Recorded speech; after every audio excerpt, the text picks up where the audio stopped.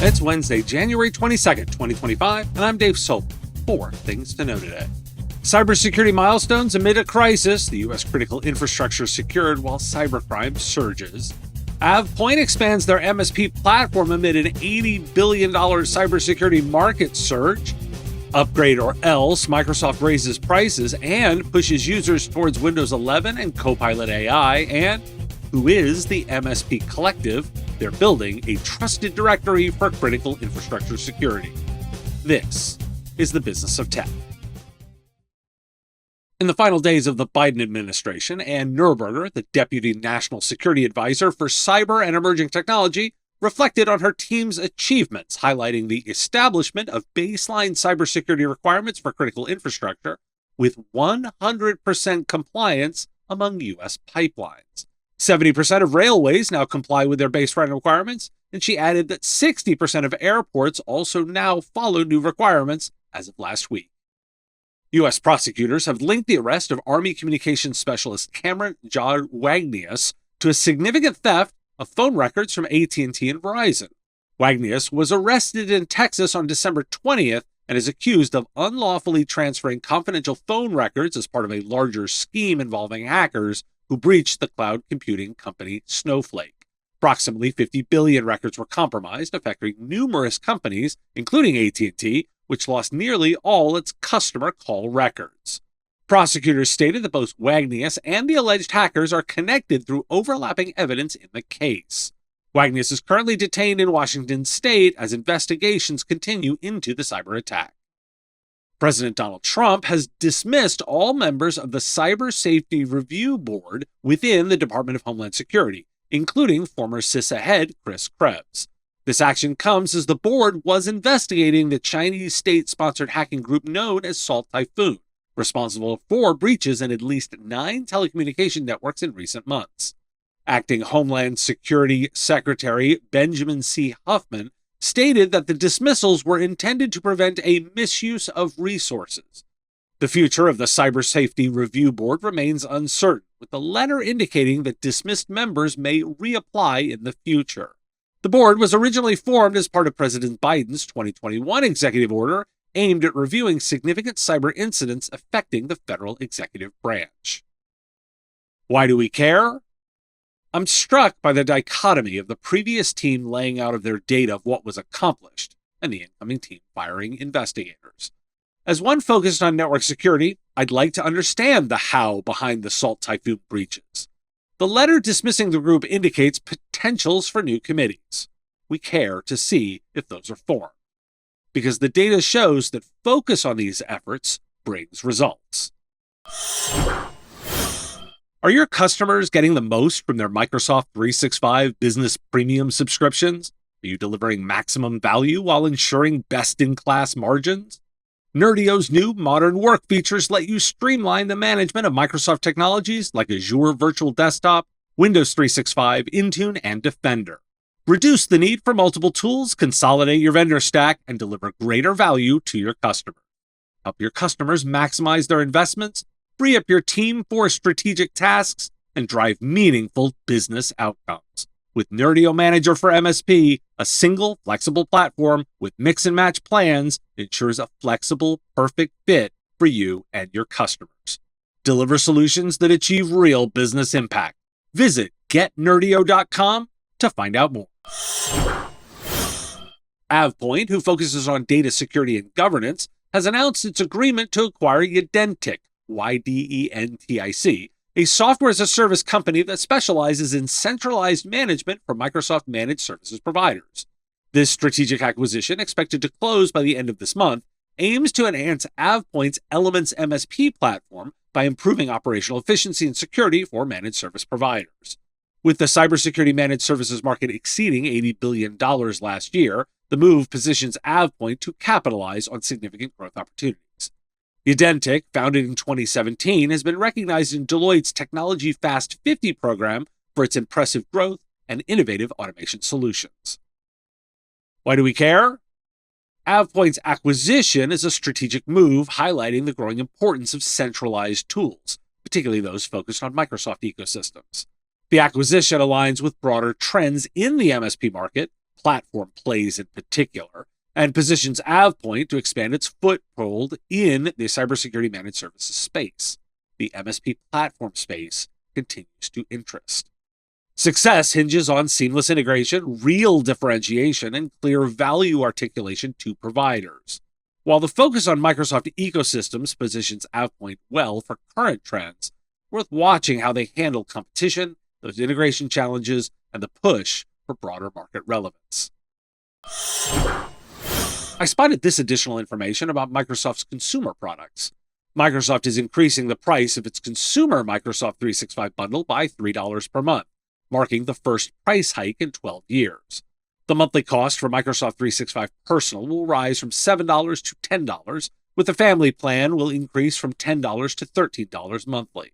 This change will provide subscribers access to those artificial intelligence features, including Copilot AI Assistant, across various applications such as Word and Excel. The price adjustment takes effect immediately for new subscribers, with existing users seeing the change upon renewal.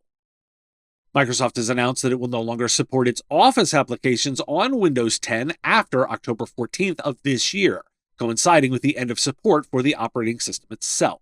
Users will need to upgrade to Windows 11 to continue using Microsoft 365 applications.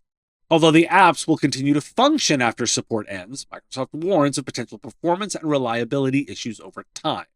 The company is encouraging users to refresh their Windows 10 PCs, declaring 2020 as the year for this transition.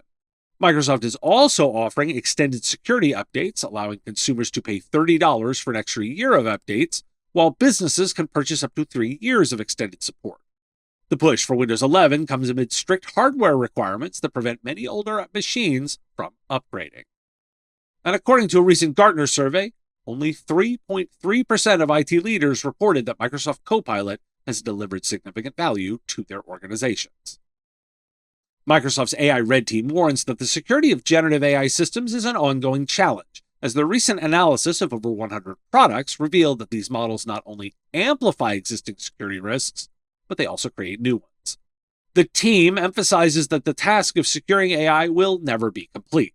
They suggest that understanding the capabilities of AI systems is crucial for effective defense, and highlight that simpler attack methods may often be more effective than complex gradient-based attacks. Their findings are detailed in a preprint paper where they outline key lessons learned, including the importance of human oversight in red teaming and the pervasive but hard-to-measure harms of responsible AI. Microsoft is also implementing a significant change to its account sign-in process starting next month, where users will be automatically kept signed in to their Microsoft accounts unless they choose to sign out or use private browsing. This new policy, which affects usage on public computers, means that users will no longer receive a prompt to stay signed in each time they access their accounts.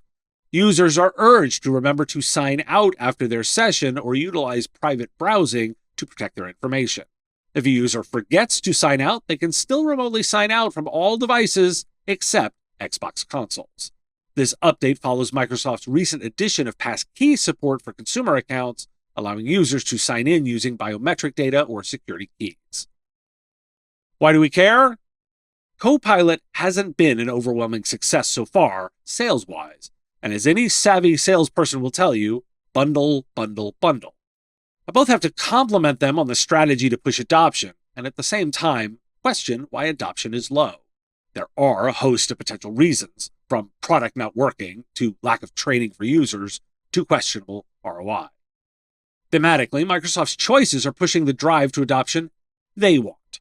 More AI and migration to Windows 11 being top priorities for the company. Your role with your customers is to ensure these align with their goals.